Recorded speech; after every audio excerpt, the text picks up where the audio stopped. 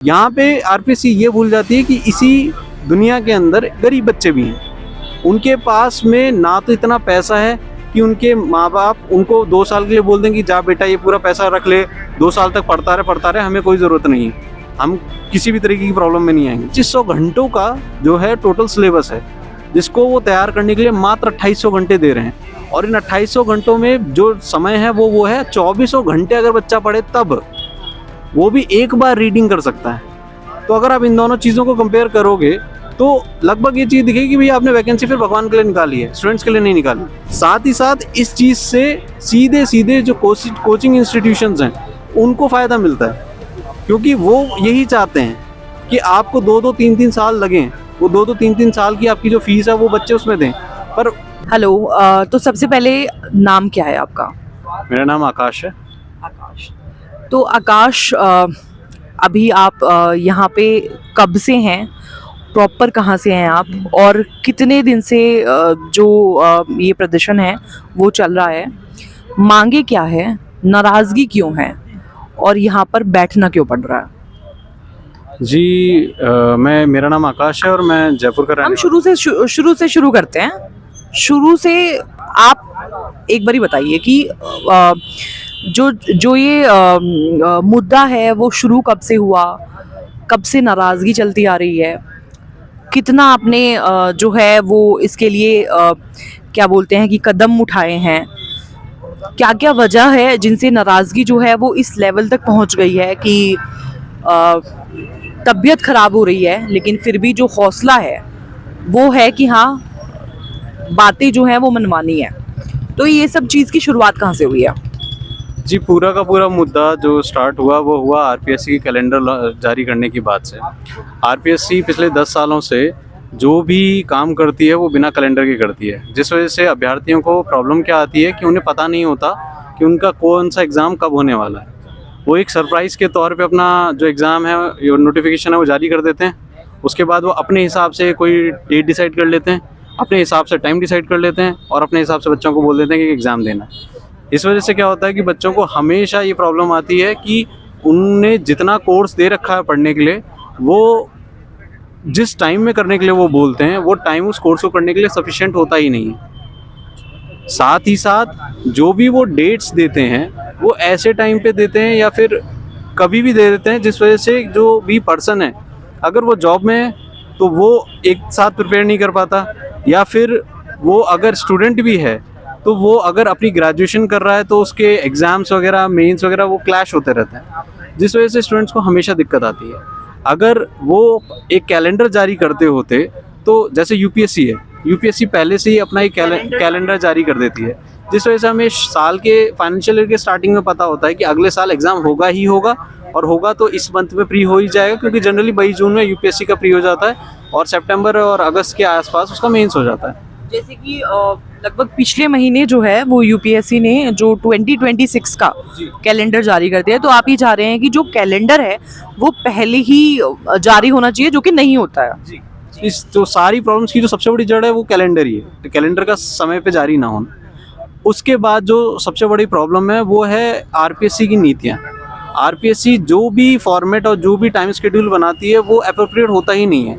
अगर आप किसी भी इंसान को 25 सब्जेक्ट्स को पढ़ने की बात बोल रहे हो, और ख़ास करके वो सब्जेक्ट्स जो कि एक प्रशासनिक अधिकारी के कैरेक्टर का बेस बनने वाले हों, जैसे कि एथिक्स, बिहेवियर, सोशियोलॉजी, ये वो सब्जेक्ट्स हैं जिनको आपको पढ़ना है, उसके बाद उसको 4 से 5 बार रिवाइज़ करना है, तब जाके वो उसके अंदर उतरें, तब जाके उसके कैरेक्टर का पार्ट बनेंगे। और शायद यही वो उद्देश्य है जिसको ध्यान में रखते हुए आरपीएससी ने इन सब्जेक्ट्स को आपके कोर्स में जोड़ा।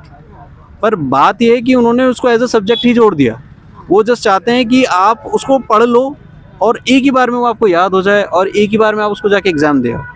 इस वजह से क्या होता है कि जो उनकी एक्सपेक्टेशंस हैं वो एक्सपेक्टेशन इतनी ज़्यादा ओवर हो जाती हैं स्टूडेंट से कि वो एक नॉर्मल ह्यूमन बीइंग तो कर नहीं सकता कंप्लीट। क्योंकि इस बार भी उन्होंने यही किया है, 3 महीने 27 दिन दिए हैं, जिसके अंदर आप देखोगे तो ऑब्वियसली जो तैयारी होती है हमारी, क्योंकि कोई भी बच्चा जब भी इतने बड़े कॉम्पिटिटिव एग्जाम की तैयारी करने के लिए बैठता है तो उसको एक चीज़ पता होती है कि उसको किसी ना किसी कोचिंग या कोचिंग मटेरियल को लेना ही पड़ेगा। ऐसी सूरत के अंदर जब वो पढ़ने बैठता है तो उसको पता चलता है कि लगभग 2500 घंटों का जो है टोटल सिलेबस है, जिसको वो तैयार करने के लिए मात्र 2800 घंटे दे रहे हैं। और इन 2800 घंटों में जो समय है वो है 2400 घंटे अगर बच्चा पढ़े तब, वो भी एक बार रीडिंग कर सकता है। तो अगर आप इन दोनों चीज़ों को कंपेयर करोगे तो लगभग ये चीज़ दिखेगी कि भैया आपने वैकेंसी फिर भगवान के लिए निकाली है, स्टूडेंट्स के लिए नहीं निकाली। एक बार में जो फर्स्ट टाइमर है उनके लिए तो बिल्कुल नहीं निकाली है, तो वो तो पूरी तरीके से बाहर हो जाते हैं। साथ ही साथ इस चीज़ से सीधे सीधे जो कोचिंग इंस्टीट्यूशंस हैं उनको फ़ायदा मिलता है, क्योंकि वो यही चाहते हैं कि आपको 2-2 3-3 साल लगें, वो 2-2 3-3 साल की आपकी जो फीस है वो बच्चे उसमें दें। पर यहाँ पे आरपीएससी ये भूल जाती है कि इसी दुनिया के अंदर गरीब बच्चे भी हैं, उनके पास में ना तो इतना पैसा है कि उनके माँ बाप उनको 2 साल के लिए बोल दें कि जा बेटा ये पूरा पैसा रख ले, 2 साल तक पढ़ता रहे, हमें कोई ज़रूरत नहीं है, हम किसी भी तरीके की प्रॉब्लम में नहीं आएंगे। पर ऐसा उनके साथ नहीं होता, उन बेचारों को काम भी करना होता है, उनको पढ़ना भी होता है। जैसे ही मेरे पास एक बीकानेर की बच्ची का मैसेज आया, उसने मेरे को क्लियर बोला कि आप जो मेरी कंडीशन है, मेरे पास ना पैसा है ना मेरे गाँव में कोई कोचिंग है, फिर भी मैंने जैसे तैसे करके जो भी साधन मेरे पास उपलब्ध थे मैंने उससे पढ़ाई कर ली अपनी और प्री क्लियर कर लिया। पर जब मैं अब मेंस की तैयारी करने बैठी हूँ, कोचिंग तो है ही नहीं, पर जो भगवान का समय भी मिला वो भी आरपीएससी ने छीन लिया। अब इतने कम समय इसका जो डेट दिया है इन्होंने जी वो 17-18 जी रखा है अभी जी जून में। जी जी तो इस वजह से वो लोग तो वैसे ही बाहर हो जाते हैं। आप एक तरफ बात करते हो इक्वालिटी की, आप एक तरफ चाहते हो कि रिजर्वेशन देके हम लोगों को वापस बराबरी पे लाएं, पर एक तरफ आप ऐसे काम कर रहे हो जहाँ पे जो बेचारे गरीब हैं एक्चुअल में उनके पास टाइम ही नहीं है, उनको ऑब्वियसली उनके पास कोई साधन नहीं है, तो वो करेंगे कैसे। पर यही चीज़ अगर यूपीएससी के अंदर देखें तो उन्होंने पहले से बता रखा है कि आपका एग्ज़ाम इस डेट को होगा, तो गरीब हो चाहे अमीर हो चाहे कैसा भी कैंडिडेट हो, चाहे वो नौकरी में हो चाहे नहीं हो, उसको पहले से पता है कि इतना समय है एग्ज़ाम में, तो वो पूरे समय को यूज़ करके अपने आप को प्रिपेयर कर सकता है। तो आप चाहते हैं कि जो आरपीएससी है उसको यूपीएससी की तर्ज पे ही जो कैलेंडर है वो एग्जाम कैलेंडर पहले से जारी करना चाहिए, ताकि जो है बच्चों को प्रॉपर टाइम वगैरह सब कुछ मिल सके। जी, ये रिफॉर्म तो मस्ट है, इसके बिना अगर आप ग्रोथ चाहते हो ना आगे ज़माने में तो वो पॉसिबल ही नहीं है, क्योंकि आपकी जो ये नीतियां हैं ये धीरे धीरे बच्चों का करियर भी बर्बाद कर रही हैं, क्योंकि आप ये नीतियां जो बनाते हो 3-3 साल में एक एग्ज़ाम को कंप्लीट करा रहे हो, जिसके अंदर आप इंटरव्यू करवाने में 8 महीने ले रहे हो, मेंस की कॉपियाँ चेक करवाने में 6 महीने ले रहे हो। इस तरीके से एक पर्सन अगर सेलेक्ट हो भी जाता है ना तो वो 2 से 3 साल बैठा रहता है, वो ना अपनी कोई प्राइवेट जॉब कर रहा होता है, ना वो कोई और जॉब ढूंढता है, नो जो ढूंढ भी ले तो उसको पता है कि उसको इतनी ईजिली मिलेगी भी नहीं, और मिल भी जाएगी तो छोड़ नहीं पाएगा, क्योंकि सबके अलग अलग फैमिली सर्कमस्टांसेस होते हैं। तो यहाँ पे सबसे बड़ा जो प्रॉब्लम आ जाता है ऐसे लोगों के सामने वो ये होता है कि वो इस चीज़ को कर नहीं पाते हैं समय के अकॉर्डिंग। तो कैलेंडर आने से सबसे ज़्यादा फ़ायदा यही होगा। दूसरी चीज़ जो समय की बर्बादी है, समय की बर्बादी का मतलब सीधा साधा है बच्चे का करियर, उसकी लाइफ, क्योंकि 20 से 30 साल 20 से 40 साल ये वो टाइम होता है जब इंसान अपनी ज़िंदगी जीता है। आप उसका ये टाइम पूरा अगर वो 2 एग्ज़ाम भी देता है आरपीएससी के तो आपके 6 साल बर्बाद हो रहे हैं। 6 साल का मतलब कि अगर वो 26 में स्टार्ट हुआ तो उसका पूरी जवानी गई, वो 32 में आ गया। अगर वो 20 से स्टार्ट हुआ तो 26 में आ गया। ये टाइम होता है शादी करने का, ये टाइम होता है आपको अपनी लाइफ जीने का या कुछ और ग्रोथ करने का। इवन आप प्रशासनिक सेवा में भी जल्दी एंटर होते हो तो आप ग्रोथ भी ज़्यादा ले पाते हो। तो इन सब चीज़ों को मद्देनज़र रखते हुए आपको काम करना पड़ेगा, बिना उसके आप इस तरीके से बच्चों का भविष्य ख़राब नहीं कर सकते। अभी जो हो रहा है उसके अंदर सबसे ज़्यादा जो मेन पहलू हैं वो यही हैं। सबसे पहला जो कैलेंडर वाली प्रॉब्लम है वो हम अभी भी फेस कर रहे हैं, पर उसके साथ जो सबसे बड़ी प्रॉब्लम है वो है हमारे जो रिजल्ट्स हैं वो अभी तक उन्होंने अनाउंस नहीं किए। पहले तो जो प्रॉब्लम्स थी वो थी, पर इस साल उन्होंने क्या किया है कि 2023 की जो परीक्षा है उसको बिना पूरा कराए, उसके बिना रिजल्ट दिए हुए ही 2024 की परीक्षा लेना शुरू कर दिया, जिस वजह से 2023 के जो अभ्यर्थी हैं वो पूरी तरीके से कन्फ्यूज्ड हैं, क्योंकि उसके अंदर बहुत सारे फैक्टर्स क्रिएट हो चुके हैं। पहली चीज़ तो जो ऑलरेडी अभ्यर्थी उस एग्ज़ाम को दे रहे हैं उन्हें पता ही नहीं है कि वो पास हैं कि फेल है, इस वजह से उन्हें भी मेंस देना पड़ रहा है। और जहाँ तक देखा जाए तो आई थिंक मुश्किल से 10% लोग ऐसे कॉन्फिडेंट होंगे जो कि ये सोचते होंगे कि हम तो एनी हाउ निकल ही जाएंगे। बाकी 90% जो लोग होंगे वो वापस इस एग्ज़ाम को देंगे ही देंगे। जिससे क्या होगा कि वो लोग जो ऑलरेडी 2-3 साल से मेहनत कर रहे हैं वो इस एग्ज़ाम में कम्पीट करेंगे उन लोगों के साथ जिन्हें मात्र 3 महीने 27 दिन दिए गए हैं। तो जो 3 महीने 27 दिन वाले जो फर्स्ट टाइम जो इस एग्ज़ाम को दे रहे हैं वो वैसे ही बाहर हैं, क्योंकि उन्हें पहली समय नहीं मिल रहा, और उनके साथ जो कम्पीट कर रहे हैं वो इतने ज़्यादा एक्सपीरियंसड हैं कि वो ऐसी कट ऑफ को इतना ऊपर लेके जाएंगे, क्योंकि उन्होंने मेंस भी क्लियर किया है। और मेंस जो बंदा क्लियर कर रहा है तो वो ऐसा नॉर्मल अभ्यर्थी नहीं है। मेंस अपने आप में एक हाई लेवल राज्य का सबसे बड़ा एग्ज़ाम, तो आप उसको इतनी ईजिली नहीं ले सकते। तो इस चक्कर में सीधे सीधे दोहराव होगा सीटों का।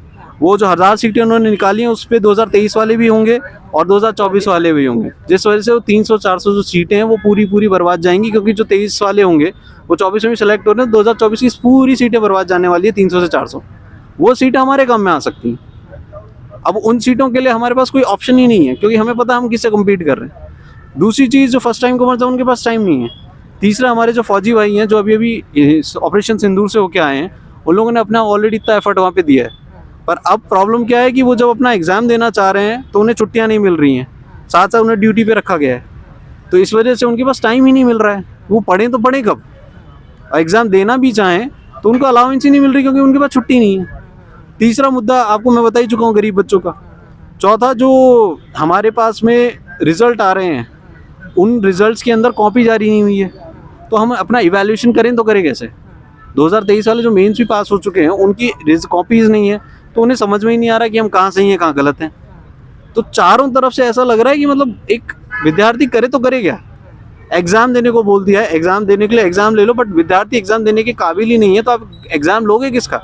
आपको वही पिछले 1000 लोगों का इंटरव्यू तब लोगे, 1000 इंटरव्यू वही वापस आ जाएंगे, वही कैंडिडेट वापस सेलेक्ट हो जाएंगे, वापस उन्हीं का इंटरव्यू लोगे जो कि ऑलरेडी एक बार सेलेक्टेड नहीं है। वापस से उन्हीं को लेने से क्या फ़ायदा है, आपके पास कोई नया ऑप्शन भी नहीं है। तो ये सबसे बड़ी प्रॉब्लम है आरपीएससी के साथ। हम लोग इसीलिए यहाँ पे धरने पे बैठे हैं, आरपीएससी की नीतियों को अपोज करने के लिए। हम लोग बहुत दिनों से, लगभग हमें 15 दिन हो चुके हैं इन सब चीज़ों को की खिलाफत करते हुए, और पिछले 5 तारीख से हम यहाँ पे धरने पे बैठ चुके हैं, और 6 तारीख से हम लोग अनशन पे बैठे हुए हैं। हमारे बहुत से भाई बहनों ने कुछ नहीं खाया है, हम लोगों को खुद को 90 घंटे हो चुके हैं। आप ये रिपोर्ट देख सकते हैं, इस रिपोर्ट में हम लोग कीटोन पॉजिटिव आ चुके हैं, जिसके अंदर डॉक्टर ने क्लियरली बोल दिया है कि आपके पास सिर्फ नेक्स्ट 24 आवर्स हैं। अगर आपने इससे ज़्यादा किया तो आपकी बॉडी में इतनी कॉम्प्लेक्सिटी क्रिएट होगी, शायद फिर डॉक्टर भी शायद कुछ ना कर पाए। और अभी हमारे एक फ़ौजी भाई हैं जो कि लगभग 101 घंटे भूखे रहने के बाद उनकी हालत इतनी बिगड़ गई कि उन्हें हॉस्पिटलाइज करना पड़ा। पर प्रॉब्लम ये है कि हमें इतने सारे मंत्रियों ने, सबने आश्वासन दिए, सबने लिखित में समर्थन दिए जी, हमने सारे वहाँ पे लगा भी रखे हैं, इवन उप मुख्यमंत्री ने भी हमें समर्थन दिया। पर प्रॉब्लम ये है कि इतने बड़े जो पदाधिकारी हैं उनसे समर्थन, आश्वासन सब मिलने के बावजूद भी ये इतनी छोटी सी जो डिसीजन है जो कि विद्यार्थी के एग्ज़ाम से रिलेटेड है मात्र, वो भी अभी तक लिया नहीं गया। हमें समझ में नहीं आता कि ये कितना बड़ा मुद्दा है। मतलब आपको किसी वॉर की तैयारी कर रही है जो आपको इतनी मीटिंगें बैठानी पड़ रही हैं, इतने सारे काम करने पड़ रहे हैं, और सबसे बड़ी चीज़ तो ये कि बच्चे 4 दिन से भूखे बैठे हैं। आप ये सोचिए, मतलब हम लोग विद्यार्थी हैं, हम लोग कोई ट्रेंड मिलिटेंट्स या ट्रेंड ऑफिसर्स नहीं हैं जिन्हें रेगुलरली इस चीज़ की आदत हो, पर हम फिर भी बिकॉज हमारे साथ गलत हो रहा है इस वजह से हम उसको अपोज करने के लिए यहाँ बैठे हुए हैं। बट उनका एक भी प्रतिनिधि हमसे अभी तक मिलने आया है, कोई भी नहीं आया है। किसी भी तरीके की हमारी सुध नहीं ली गई है। हम लोग खुद ही अपने साथियों को यहाँ से हॉस्पिटलाइज कर रहे हैं, वापस लेके आ रहे हैं, खुद ही उनकी टेक केयर कर रहे हैं। मतलब इतनी असंवेदनशीलता एक्सपेक्ट नहीं थी हमें सरकार से। हम जो हमारी अभी प्रेजेंट भाजपा सरकार है, हम उसे एक्चुअल में राम राज्य सरकार मानते थे, पर अभी जो सिनेरियो चल रहा है उसके अंदर राम राज्य कहीं नहीं दिख रहा। वो राम का सिर्फ वर्ड रह गया है जिसको वो लेके अपना नाम बना रहे हो शायद, क्योंकि राम राज्य की सरकार में अगर देखा जाए तो राम जी के शासन में वो 1 से भी बात करते थे, 10 से भी बात करते थे, पर यहाँ पे बात हो रही है कि वो एक हिंसा को और सपोर्ट करने पे उतारू हैं। हम लोग अहिंसा से पूरा आंदोलन चला रहे हैं, हम लोगों ने एक बार भी हिंसा को समर्थन नहीं दिया, पर उन्होंने एक बार भी हमारी सुध नहीं ली। और वहाँ पे जो पटरी उखाड़ने के लिए गुजर आंदोलन होना चालू हुआ था, वो वहाँ पे चले भी गए, वहाँ की उनको आश्वासन भी दे दिया और उनका सॉल्यूशन भी कर दिया। बट हाँ, यहाँ पे उन्होंने कुछ नहीं किया है। हम कल के प्रशासनिक अधिकारी बनने वाले हैं, वो हमें क्या सिखाना चाहते हैं कि इन चीज़ों का डिसीजन ऐसे ही लिया जाए, ऐसे ही 10 दिन दिए जाए, ऐसे ही किसी चीज़ के लिए असंवेदनशील हो जाया जाए, या मतलब कोई इंसान जब तक मर ना जाए तब तक आप उसको खींचते रहो, उसके बारे में कोई सॉल्यूशन ना करो। तो हमें वो यही सिखाना चाह रहे हैं, और वो जैसा सिखाएंगे उनके राज्य में होगा भी आगे फिर वैसे। ये प्रॉब्लम कभी ख़त्म नहीं होंगी, जो हम सीखेंगे वो हम आगे पास ऑन करेंगे, सिंपल सी बात ये है। आपसे बात करते हैं और भी